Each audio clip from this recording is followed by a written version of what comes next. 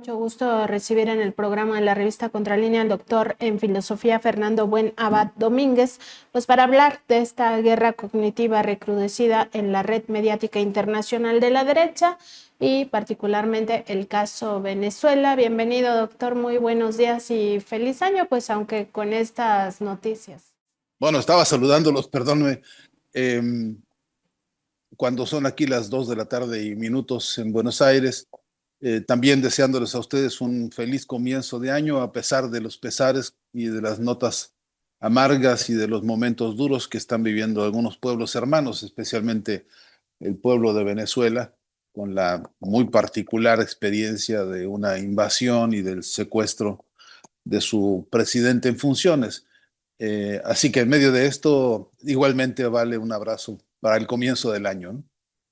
Sí, doctor, muchísimas gracias. Pues queríamos consultarle en primer lugar, pues todo el daño que nos hace esta guerra cognitiva, particularmente si analizamos lo que está pasando en tiempo real con el caso Venezuela, porque hay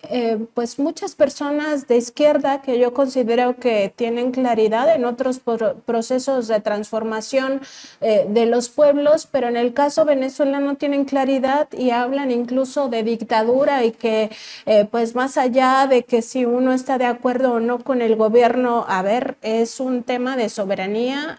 además es un tema de autodeterminación del pueblo venezolano y pues como nunca antes yo creo que queda de manifiesto el daño que nos hace esta guerra cognitiva en modalidades muy específicas como la propaganda negra, como la guerra sucia mediática, doctor. Sí, efectivamente, Nancy, este episodio nos ha puesto a la vista una cantidad importante de problemas sobre cómo, sí, de preguntas, de interrogaciones fuertes sobre cómo estamos realmente haciendo la lectura de la geopolítica y de la realidad política en general de nuestros países, ¿no? Exactamente qué estamos viendo y también hasta qué punto algunas matrices de la guerra mediática han podido perforar incluso, incluso la inteligencia de personas que uno generalmente considera informadas y considera no solamente informadas, sino que además cuentan con un buen método de análisis de la realidad, que no es lo mismo, ¿no? Que generalmente uno puede decir saber mucho de un tema, no quiere decir tener una buena capacidad para analizarlo. Y por cierto, no solamente para analizar, sino también para sacar conclusiones ya de más alto nivel lógico, que son las conclusiones de tipo organizativo y de tipo resolutivo frente a los problemas. No basta con conocerlos bien, no basta con analizarlos bien, los problemas todos, sino además hay que ver cómo se interviene en la solución de estos problemas con la categoría dominante que debe ser, la categoría humanista predominante que debe ser que la solución devenga en beneficio para todos y para todas, en condiciones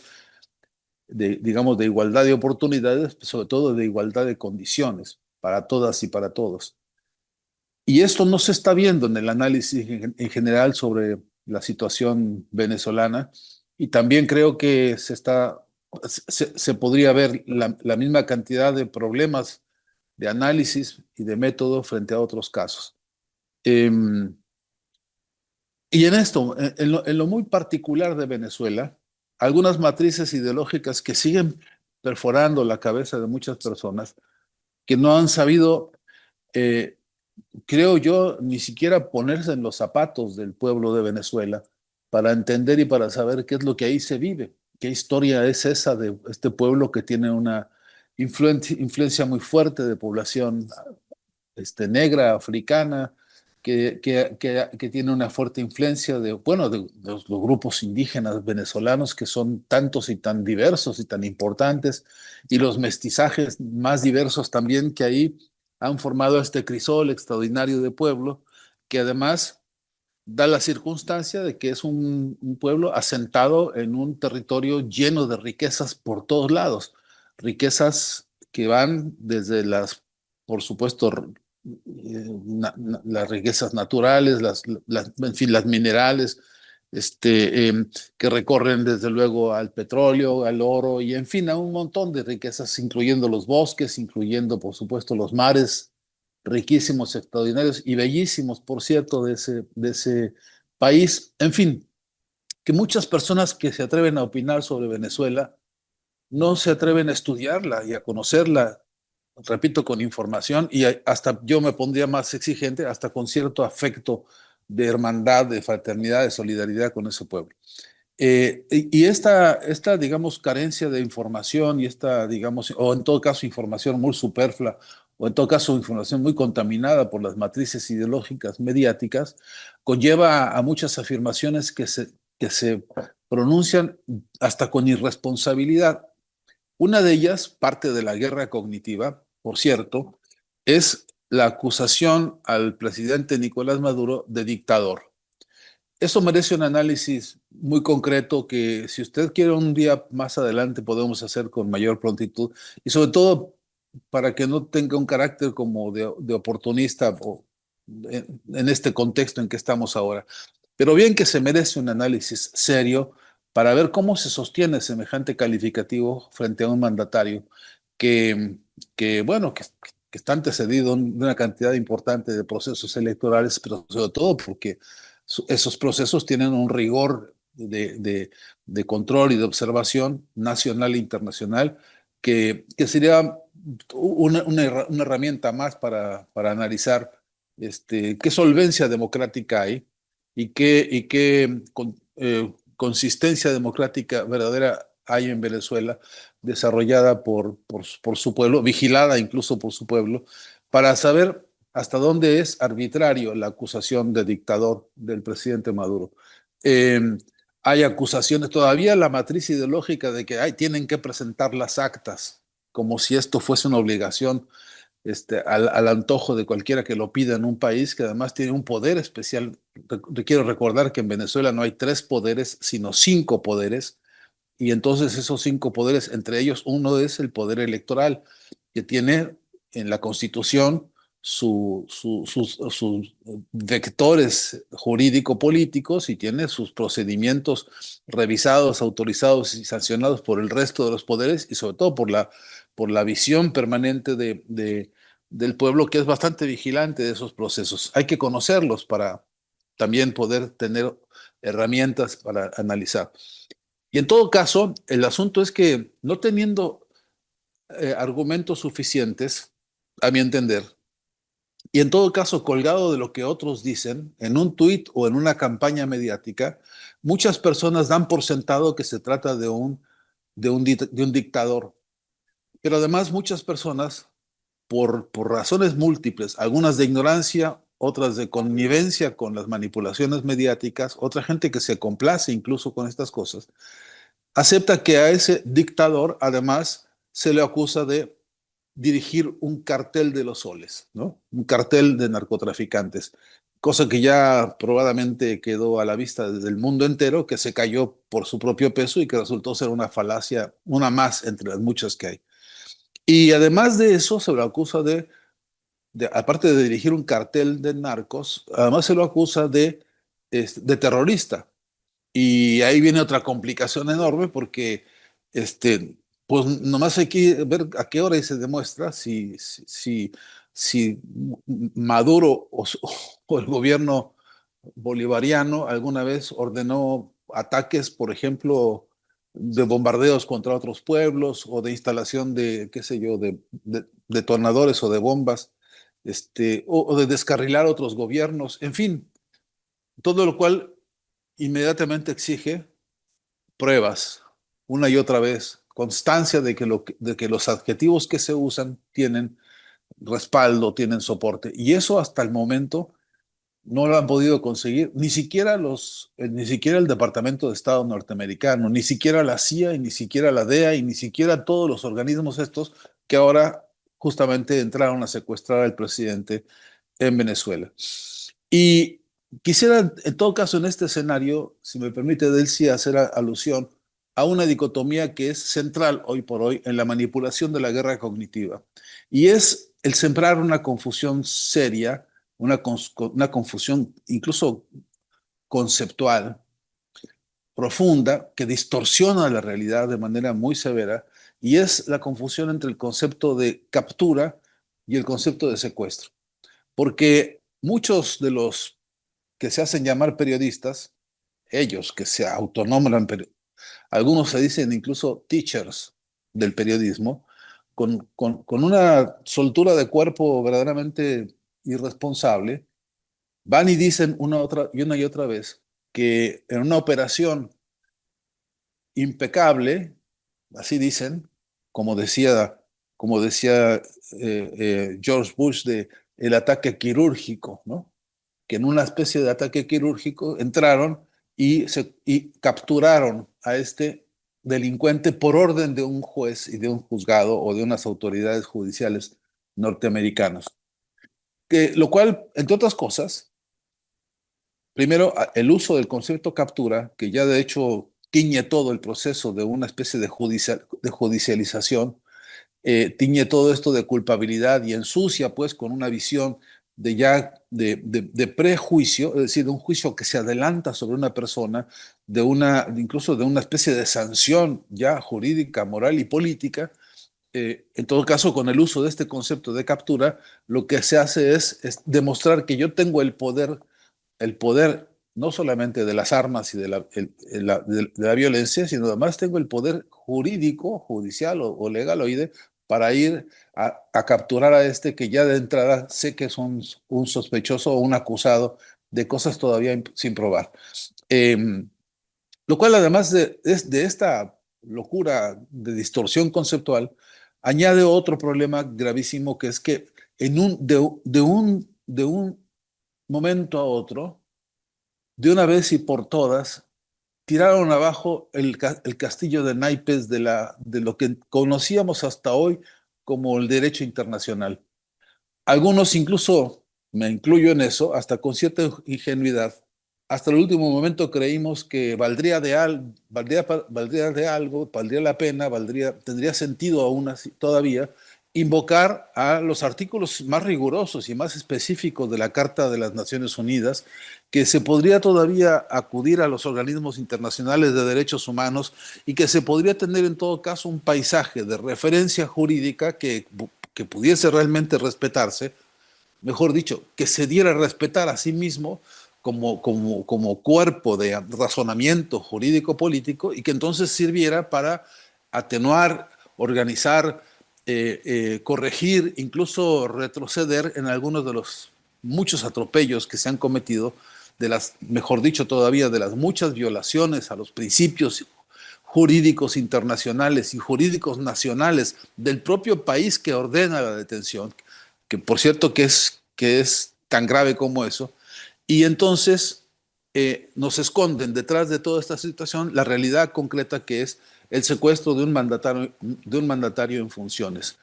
Dicho así, rápido y al paso, parece que entonces podría parecer que es menor el asunto, pero es un escándalo,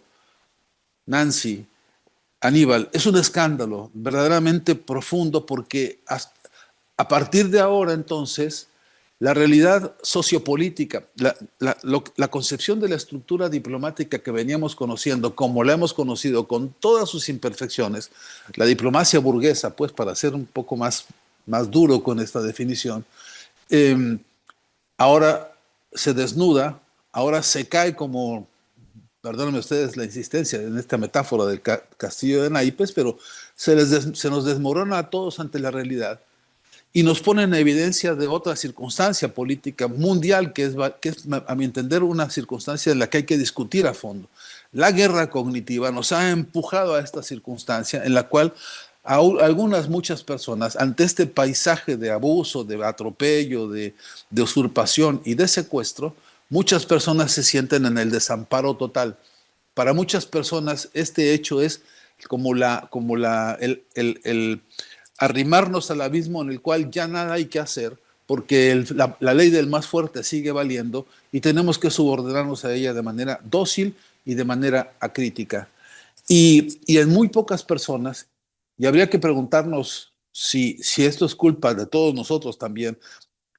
o de qué clase de educación tan pobre hemos tenido en tantos aspectos de justamente de las relaciones internacionales, de la geografía, de la geopolítica y de la diplomacia, que todavía es difícil poder instaurar, incluso a estas horas, la urgencia de sobre los escombros de este castillo de naipes que se ha derrumbado. Mejor dicho, debajo de los escombros tenemos que salir nosotros con un proyecto de reconstrucción hacia otro concepto de relaciones internacionales y de diplomacia. Y ahí vuelvo sobre Venezuela porque ahí he escuchado una y mil veces esta argumentación de la cual hay publicaciones muy serias que habla de la diplomacia de los pueblos, es decir, la urgencia de un proyecto de nueva diplomacia fundada en los principios de igualdad, fundada en los principios de fraternidad y fundada en los principios de la dignidad fundamental de los pueblos en términos de eso, de tratarse como hermanos y de tratarse como dignos. Y porque sabemos muy bien que toda la estructura diplomática planetaria se da sobre condiciones muy asimétricas, que toda la estructura misma de las relaciones entre un país y otro están fuertemente determinadas por quién tiene más armas que el otro, quién tiene mayor capacidad de comercio, quién tiene mayor infraestructura de transportación, de movilización, incluso de influencia cultural. En este paisaje de asimetrías, la necesidad de un instrumento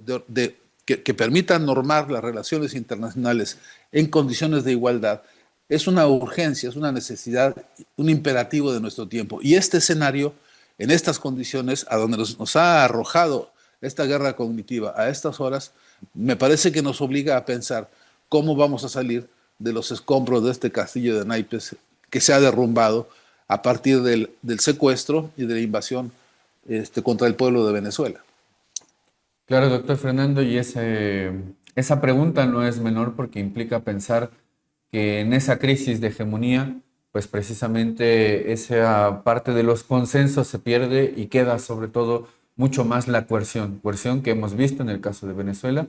no solamente en esta acción y en este ataque militar atroz que hizo en contra de la población civil, incluso en contra de centros de investigación, también como ahora ya podemos saber qué es lo que ha surgido en las noticias allá en Venezuela en los últimos días y en las últimas horas, que incluso atacaron también centros de investigación. O sea, este ataque militar, desde luego que tiene distintas formas de analizarlo, porque es un asalto brutal hacia los pueblos, es un asalto brutal también contra la construcción de una democracia no procedimental liberal, sino sobre todo una democracia profundamente diferente, una democracia participativa, una democracia incluso hasta comunal. Y volviendo a la parte de esta emboscada cognitiva,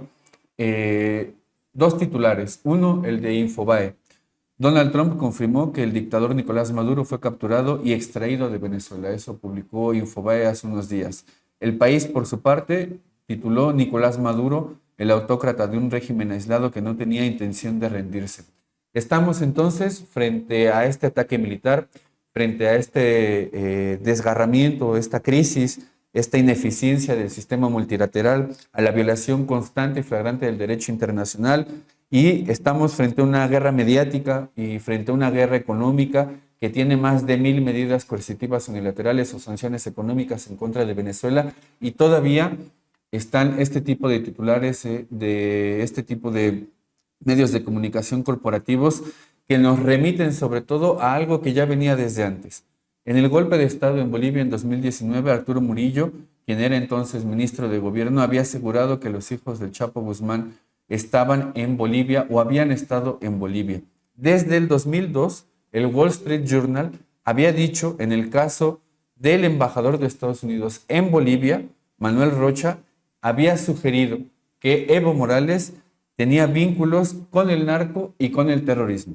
Llevamos más de 20 años entonces en el que esta narrativa del vínculo entre el terrorismo y el narcotráfico ha surtido efectos y no hemos podido todavía desmontar esta forma en la que los medios de comunicación van manufacturando constantemente el consenso. ¿Qué opinión tiene usted respecto a este tipo de medios de comunicación, respecto a esta unión que hacen los medios de comunicación del narco con el terrorismo? Porque incluso la misma caracterización del cártel de los soles que retoma el departamento de la mentira o este departamento de la justicia está fundamentada precisamente en los medios de comunicación, y ahora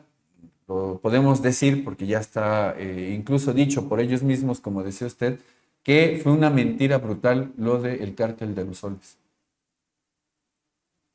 Pues Aníbal, la cosa tiende a empeorar, por cierto. Lo digo con ironía y con dolor, aunque va a costar mucho trabajo hacer el esfuerzo, incluso pedagógico, ¿no? Con esto. Pero la propia presidenta Claudia Sheinbaum, una y otra vez ha sido calificada de narcopresidenta por Trump, ¿no? Hay pruebas de sobra en videos y audios y prensa publicada. Ya de hecho, inmediatamente después de la invasión y el secuestro del presidente Maduro, entre la lista de sus siguientes candidatos a una brutalidad similar, inmediatamente puso a Cuba y desde luego puso a México y desde luego puso al presidente Petro de Colombia. Este reyesuelo, que es jefe de las mafias inmobiliarias norteamericanas y jefe de muchas mafias, entre otras la mafia de la industria militar, del negocio de la muerte, que es la industria militar norteamericana, este títere de ellos, incluso, si me permite ser un poco más duro con esto, eh, tiene una alianza cruda y dura con esto que llamamos nosotros el aparato monopólico de medios de comunicación global, que ha sido denunciado desde el año 80 en el propio informe McBride. Acusa el informe McBride, textualmente dice, en la medida en que crecen los monopolios mediáticos, en esa medida se amenaza a las democracias. Es una advertencia que se hizo en el año 1980, por lo menos de las más próximas que tenemos, en el primero y único documento oficial de Naciones Unidas en el que se hace una declaración así, tan transparente y tan fuerte.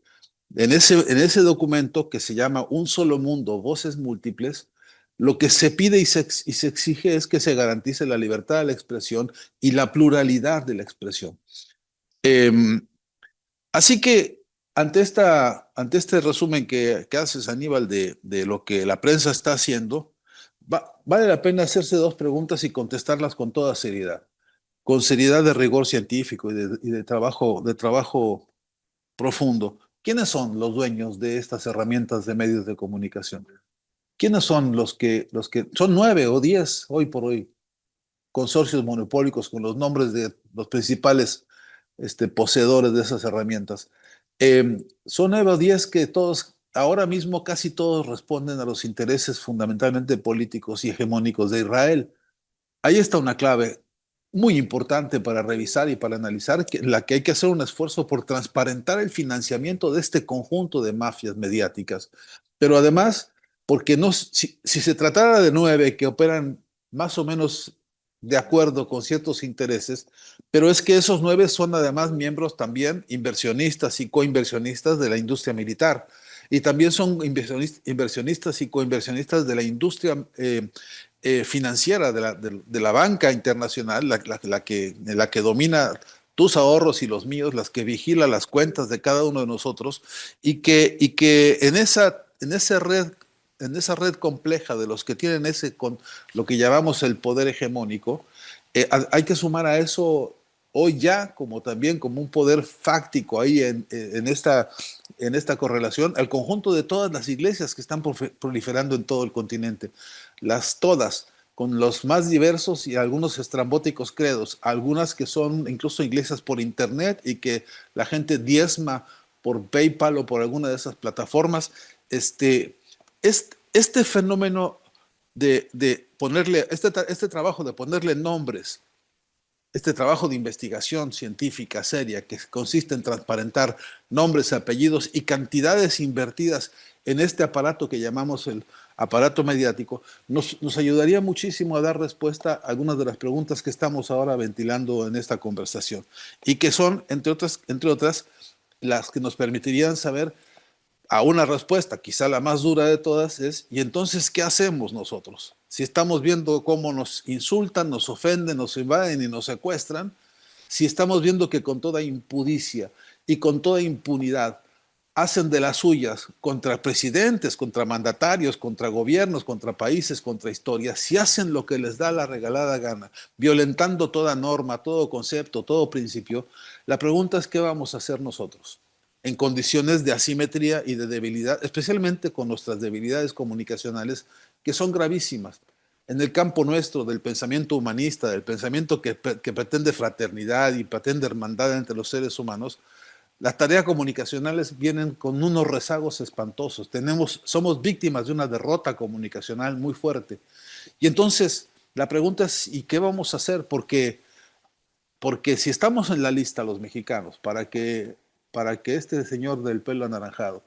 mañana ordene cualquiera de estas payasadas que ha ordenado, porque ya sabemos que puede llegar a cualquier clase de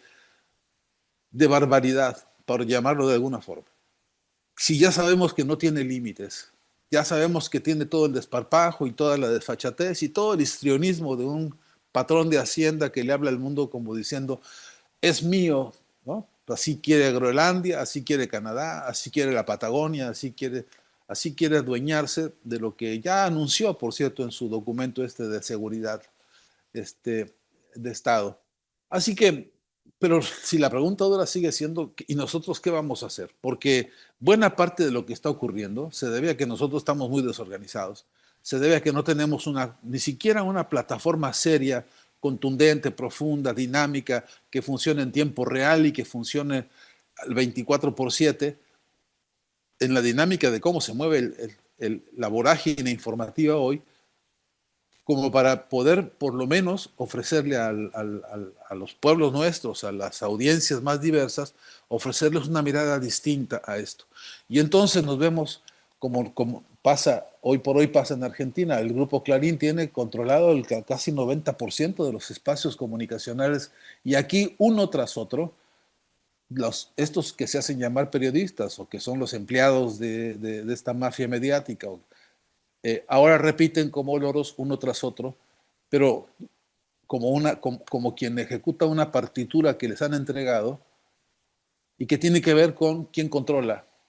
el financiamiento de esos medios a través y con el grupo Clarín, como pasa con el O Globo de Brasil, como pasa con el Mercurio en Chile y con la alianza, lo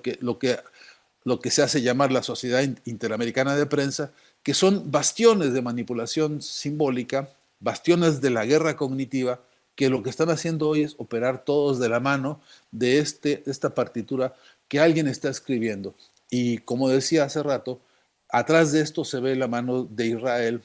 que, bueno, se acaba de retratar muy campantemente Netanyahu con Donald Trump. Netanyahu que tiene desde todos los foros internacionales acusaciones y denuncias y órdenes incluso de aprehensión como criminal genocida.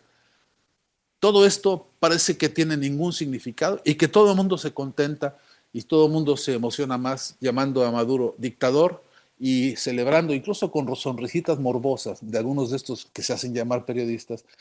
cada vez que hablan de la detención o ellos le llaman detención a lo que es un secuestro. En eso estamos y la pregunta, Aníbal, es una pregunta para esta conversación, obviamente, pero es una pregunta para el largo plazo también, porque, porque no estamos, creo, resolviendo en la práctica una urgencia de este momento en materia de comunicación y vamos perdiendo muchos espacios, ¿no? Doctor, pues sin duda el mundo al revés y justo como evidencia de lo que nos hace la guerra cognitiva, porque en vez de denunciar a quienes cometen estas atrocidades, a quienes encabezan pues estos gobiernos fascistas, a quienes causan los grandes males de la humanidad, estamos metidos en ver si nosotros reconocemos o no lo que es a todas luces la libre autodeterminación del pueblo de Venezuela. Doctor, como siempre, pues nos da mucho gusto tener sus reflexiones y sobre todo contribuir de alguna manera a visibilizar este tema tan importante de la guerra cognitiva. Lo hemos visto en diferentes programas y abordándolo pues cada vez con mayores ejemplos del daño hacia los pueblos que se comete a través de esta guerra cognitiva. Le mandamos un abrazo, doctor, y como siempre le agradecemos por estas reflexiones. No, Nancy, el agradecido soy yo. Hay que subrayarlo ahora porque es importante. Esta iniciativa de participación y de más o menos sistematizar la reflexión sobre guerra cognitiva es una iniciativa de usted, así que yo le agradezco que haya este espacio para abonar algunas ideas, etcétera. Pero lo que es verdad, y concluyo con esto, es em,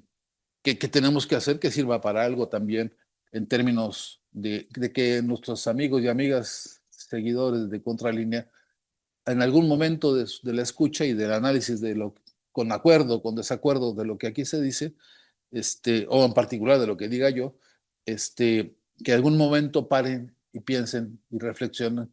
en la necesidad de despertar la mirada crítica frente a todo lo que se les ofrece y que hoy justamente una de las grandes batallas en todo el mundo es la pelea contra las fake news, contra el engaño mediático, porque, por cierto, es un negocio de unos cuantos que da rendimientos de muchos, muchos, muchos millones de dólares y que hay que atenderse para no ser sirviente también de las falacias. Mil gracias, Aníbal, Nancy, hasta la semana próxima. Hasta la próxima semana, doctor. Y bueno, los agradecidos también somos nosotros, Aníbal, porque exactamente, porque estas reflexiones son fundamentales en momentos, pues como los que estamos viviendo, que son momentos críticos y además con amenazas que ya vimos que pueden ser reales y amenazas también directas hacia nuestro país, hacia nuestra presidenta, lo decía el propio doctor, en torno a la figura de la presidenta Claudia Sheinbaum. También han tratado de imponer esta idea de la narcopresidenta, lo hicieron en su momento con el presidente López Obrador, y muchos de los que se dicen periodistas, que ya no hay que normalizar decirles periodistas, porque lo que menos hacen es periodismo, porque no tienen un compromiso con los derechos humanos, no tienen un compromiso con la ética de esta profesión, pues estarían muy gustosos y muy contentos de dar la noticia de que han secuestrado a la presidenta o al presidente López Obrador, ¿no? Entonces, también hay que ponerlo en su justa dimensión. Eso daña a los pueblos porque viola todos los derechos humanos, empezando por el derecho humano a la información, y claro que las corporaciones mediáticas tienen una responsabilidad muy importante o son corresponsables de este momento crítico que vive la humanidad, que vive el planeta, porque no solo es Donald Trump, no solo es Benjamín Netanyahu, no solo son los gobiernos que integran la OTAN y todos los gobiernos satélite de los intereses de Estados Unidos, sino sobre todo es la microélite que está por encima de estos gobiernos y que lo que busca es seguir amasando riquezas a costa del sufrimiento de los pueblos a nivel global, porque esto lo hacen a través de las guerras por recursos y guerras genocidas, lo hacen a través de pues una dinámica de concentración de recursos o más bien que tiene como consecuencia la pobreza, la miseria y la desigualdad monstruosas que vivimos en el planeta, y también lo hacen a través de la autocracia, yo sí, de gobiernos fascistas, de gobiernos violatorios de los derechos humanos y del derecho internacional, y además lo hacen con anuencia de las mayorías, porque las mayorías creemos que eso es a lo que hay que aspirar, ¿no? A ser millonarios, cuando nunca en la vida 8,000 millones de personas en el mundo van a alcanzar a ser millonarias por obvias razones. Y además lo hacen a partir de la mentira. La única forma en la que el modelo económico neoliberal se reproduce es a través de la mentira, y eso es violación a los derechos humanos. Entonces hay que tener claridad de qué es lo que representan todos estos personajes, y particularmente que Donald Trump pues no es el jefe de la pandilla. Arriba de esa pandilla están estas 2,000 familias que concentran la mayor riqueza en el mundo y que son las que financian la industria bélica, que son las que financian la industria altamente contaminante, extractiva, los combustibles fósiles y todo lo que ya sabemos.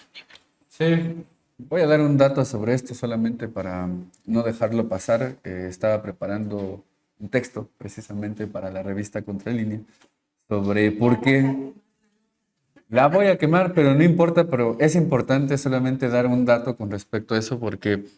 a veces uno no tiene que leer entre líneas lo que están diciendo tanto Marco Rubio como Donald Trump cuando dicen esto de que vamos a gestionar o vamos a hacernos cargo del petróleo venezolano y lo vamos a administrar nosotros. Y como dice el doctor Fernando Buenabad, hay que estar pendientes de estas emboscadas cognitivas, porque cuando dice eso Donald Trump, en realidad lo que está diciendo son las élites que gobiernan en Estados Unidos, que son estos 1.000 millonarios que tú dices, y le vamos a poner nombre y apellido. Paul Singer, multimillonario, mega donante de Donald Trump, que se prepara para hacer fortuna ni más ni menos que con el petróleo venezolano. En la primera administración de Donald Trump,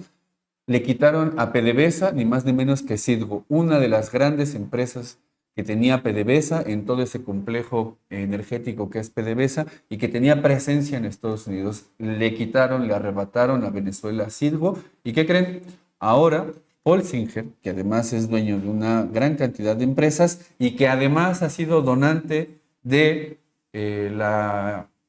campaña de Donald Trump en esta última administración, ha donado $5 millones, ni más ni menos que a esto que se le conoce como Super PAC, esta donación que hacen privada estos dueños y magnates del mundo a Make America Great Again Inc., que es este Super PAC que le permitió donar 5 millones a Paul Singer a la campaña de Donald Trump. Bueno, su empresa se va a encargar ahora de administrar Citgo, que fue rematada por el Poder Judicial de Estados Unidos para que se administre a una de las grandes empresas que tiene PDVSA en Estados Unidos. Citgo no es del capital financiero estadounidense. Citgo no la puede administrar Estados Unidos, aunque ellos digan que eso es así. Citgo era una empresa venezolana y se la arrebataron a PDVSA en la primera administración de Donald Trump. Entonces, de ahí podemos hacer una conexión con lo que nos decía el doctor Fernando Buenabad, que tiene que ver con Israel, porque varias de sus fundaciones, y una fundación en particular, la voy a mencionar, Fundación para la Defensa de las Democracias, lo que ha hecho es donar $3.3 millones a grupos como Brit Reich Israel Foundation, Israel America Academic Exchange y Boundless Israel, así como otra cantidad de financiamientos. Entonces, cuando hablamos de esta microélite, cuando hablamos de lo que hace Estados Unidos, cuando hablamos de este bombardeo, cuando hablamos de esta emboscada cognitiva, hay que quitarle todo ese velo, hay que quitarle todo ese ropaje y nos va a quedar, ¿qué? El capital financiero, Nancy. Personas como esta, como Paul Singer, que se está intentando hacer con Citgo, que era una empresa de PDVSA, que es una empresa venezolana y que tiene una cantidad enorme de presencia de venta de gasolinas en Estados Unidos, Nancy.